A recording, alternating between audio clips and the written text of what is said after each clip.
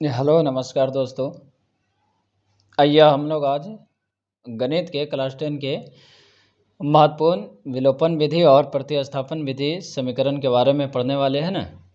इससे आपका board exam में भी प्रश्न आता है कि विलोपन विधि से या प्रतिस्थापन विधि से किन्हीं एक से भी आपका समीकरण दे दिया जाता है और उससे पूछा जाता है कि किन्हीं एक विधि से यानी विलोपन विधि हो या फिर प्रतिस्थापन विधि हो, किसी एक से आपको हल करना रहता है। तो आइए हम लोग दोनों विधि को आज हल करके हम लोग देखेंगे कैसे की जाती है ना। चलिए पहले हम लोग करते हैं विलोपन विधि के अनुसार समीकरण हमने लिख लिया है। ये समीकरण है 3x + 4y बराबर का 10। समीकरण फर्स्ट है 2x - 2y बराबर का 2। ये समीकरण 2 है। इसको हम लोग पहले विलोपन विधि से हल करेंगे, उसके बाद प्रतिस्थापन विधि से हल करके देखेंगे आखिर दोनों का x और y का मान यहाँ पे ज्ञात करना है ना। प्रतिस्थापन विधि हो या विलोपन विधि हो, दोनों से आपका बोर्ड एग्जाम में भी ऐसे ही सवाल रहेगा है ना। दो आपका समीकरण दे देगा और विलोपन या प्रतिस्थापन विधि से आपको कहेगा हल करने के लिए। चलिए देखिए प्रतिस्थापन विधि से हम लोग करते हैं। पहले हम लोग का विलोपन विधि से करेंगे, उसके बाद प्रतिस्थापन विधि से करेंगे है ना। तो आइए यहाँ से हम लोग हल करते हैं। देखिए यहाँ से आप लोगों को पहली बात है कि प्रतिस्थापन विधि तो बाद में हम लोग पढ़ेंगे, पहले हम लोग विलोपन विधि से।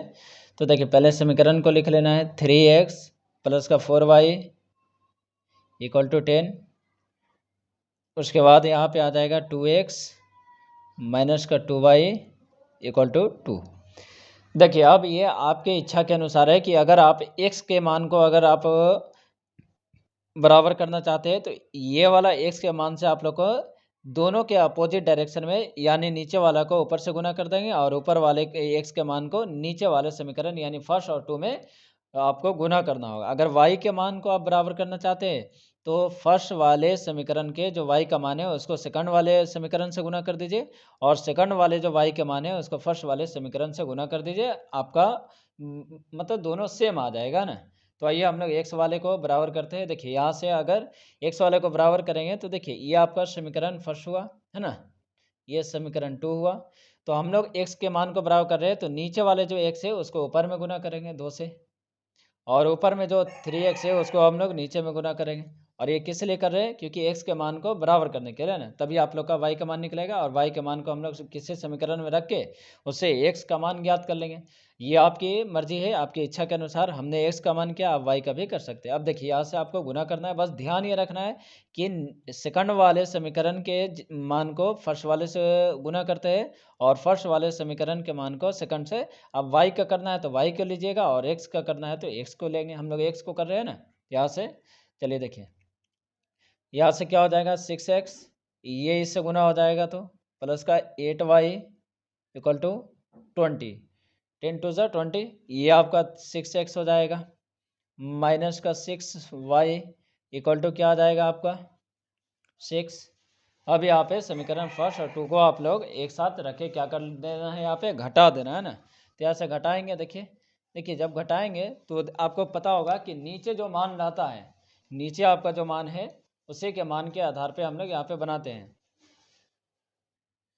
चलिए देखिए यहाँ पे आपका ये पॉजिटिव है तो ये निगेटिव हो जाएगा, यहाँ पे निगेटिव है तो ये पॉजिटिव, ये पॉजिटिव है तो ये निगेटिव। मतलब जो नीचे वाले समीकरण के जो आपका चिन्ह है उसी को हम लोग साइन को बदलते हैं। अब ये बदलेंगे तो ये तो आप इससे ये कैंसिल हो जाएगा है ना, इससे प्लस और माइनस कैंसिल हो जाएगा।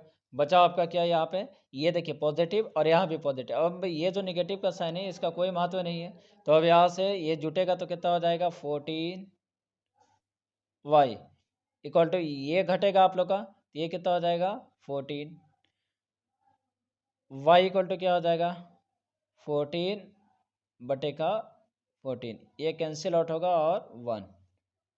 अब y का मान कितना है 1। अब इस मान को आप या तो समीकरण फर्स्ट में रख ले या तो समीकरण सेकंड में, ये आपकी इच्छा के अनुसार है। तो आइए हम लोग समीकरण फर्स्ट में y का मान रखते हैं ना। तो यहाँ से समीकरण फर्स्ट में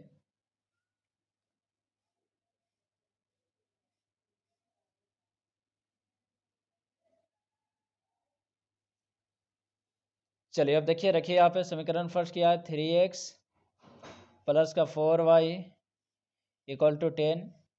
ये यहाँ से आपका क्या बनेगा देखिए 3x तो ये ऐसे ही रह जाएगा। इसे y का मान हम लोग को पुट करना है, तो 4 इंटू का 1 इक्वल टू 10 होगा यहाँ पे, क्योंकि y का मान कितना आया 1 आया, तो y की जगह पे 1 रख दिए, है ना।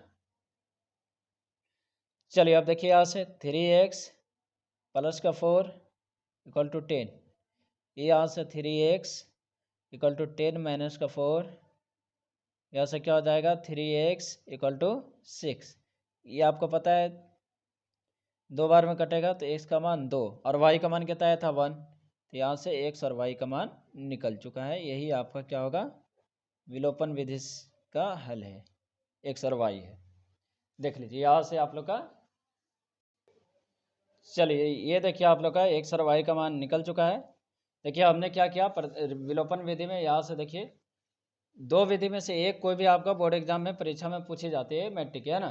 तो यहाँ से देखिए आपने 2 समीकरण दिया हुआ है, हमने x के मान को बराबर करने के लिए x के वैल्यू को ही समीकरण सेकंड वाले को फर्स्ट से मल्टीपल कर दिया और फर्स्ट वाले को सेकंड से मल्टीपल किया, जिससे x का मान क्या हो गया हमारा सेम आ गया। ये अब साइन बदल के हमने क्या किया, ये दोनों समीकरण को घटा दिया और घटाने के बाद ये इससे कैंसिल आउट होगा, ये यहाँ पे जुट गया और ये 14 और यहाँ पे घटेगा तो 14 आपका y का है और ये इधर 14 है, ये इसके अपॉन में आएगा और y का मान यहाँ से 1। अब y का मान जो 1 आया है ये आप लोग का किसी इस समीकरण के आप लोग के फर्स्ट में हो या सेकंड में हो, आप लगा के यहाँ से यानी इसके मान को पुट करके और x का मान ज्ञात कर सकते हैं। ये आपका विलोपन विधि बन चुका है। देखिए कितने आसान है ना, तो एकदम आसानी से बन जाता है ना। और ये 5 नंबर में आपके गणित में पूछा जाता है बोर्ड एग्जाम में। तो अगर वीडियो अच्छा लगे तो वीडियो को ज़रूर सब्सक्राइब करें, है ना, लाइक करें और हमारे चैनल को सब्सक्राइब करके बेल आइकन जरूर दबा दें ना।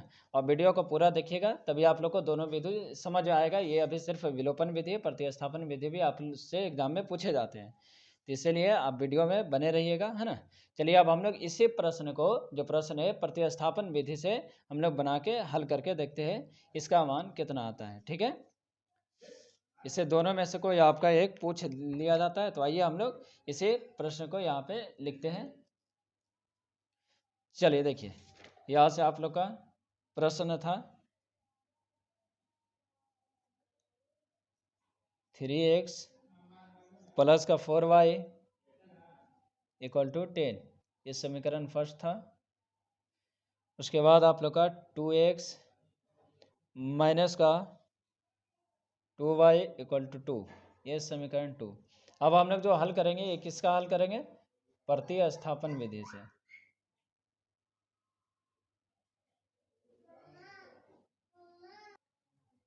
चलिए देखिए तो ये आपका प्रतिस्थापन विधि से यहाँ पे हम लोग इसको हल करते हैं।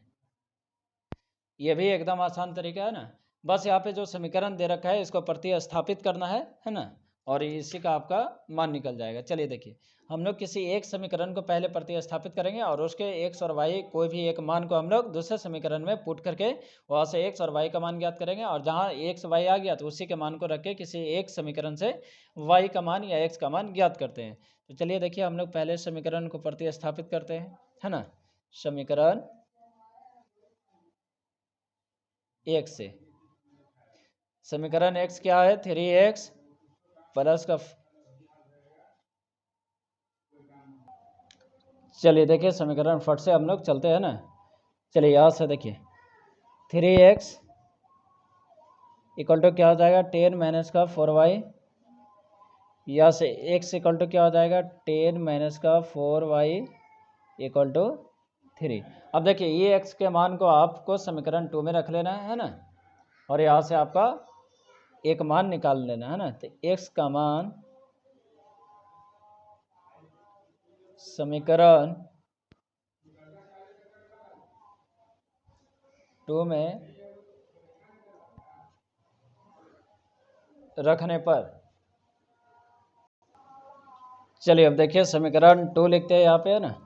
समीकरण 2 क्या है 2x माइनस का 2y इक्वल टू 2।